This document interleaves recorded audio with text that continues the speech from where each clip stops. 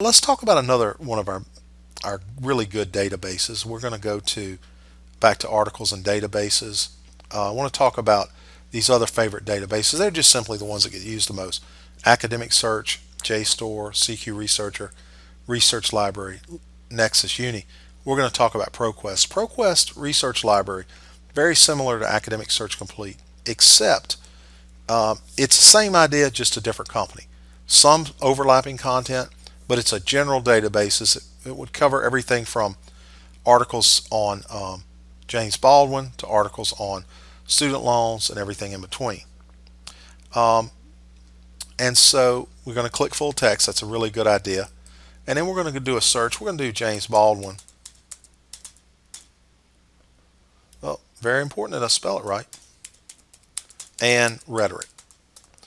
He was a great speaker and a great writer. Great writers and speakers always have a rhetoric, a means of persuasion, a way to persuade people. We've got a decent search, 11. That's great. And this one's a little different to read. You'll notice that there is no magnifying glass on the right side. So if we go through and we're looking at these, well, how do I find out what the journal name is? Like number 2 here, it's going to be a journal. I can look at it and tell that it's probably a scholarly journal. It's another modernism, James Baldwin, Giovanni's Room, and the Rhetoric of Flight. And the journal name is Modern Fiction Studies. Don't worry about Baltimore.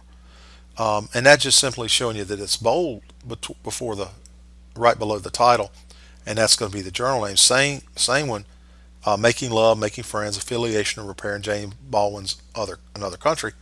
You say, well, what journal is it? Well, it studies in American fiction. You can see that. If you want that one, you want to learn more about it, go to Preview, and it's going to give you a basic abstract. Don't quote the abstract in your paper. That's a big no-no. But if you read the abstract, you read the title, and you say, well, that's probably something I'm interested in. You could go to full text to get the full text as an HTML. In this next one, James Baldwin's Life on the left, a portrait of the artist as a young New York intellectual. It's from ELH. That's the name of the journal. And you say, I want that. That looks great. It's going to be from PDF. I'm going to go pull that up. There's the journal article. It's 31 pages. It's it's just like a journal article. And if there's a picture in there, and it probably won't be, but if there is, it's going to be there. It's going to have page numbers. And now you can save a copy. You can download it. You can print it. You can go over to the right and save it as a PDF. You can cite it. You can get an email of it. I like to email articles to myself. One of my favorite ways to do it. I keep track of stuff in my email, and I always go keyword search my email if I'm interested in my James Baldwin article that I remember saving. And if you do email, it gets tricky in this database. It's a little harder to email, only because you have to know that you got to click this little include bibliographic citations at the end, and you don't want APA. What do you want? You want MLA 8th edition if you're in an English class. If you're in a class for APA, that's good. Take it, but you got to manually click the little button and then change it and then email it to yourself. You'll be good to go.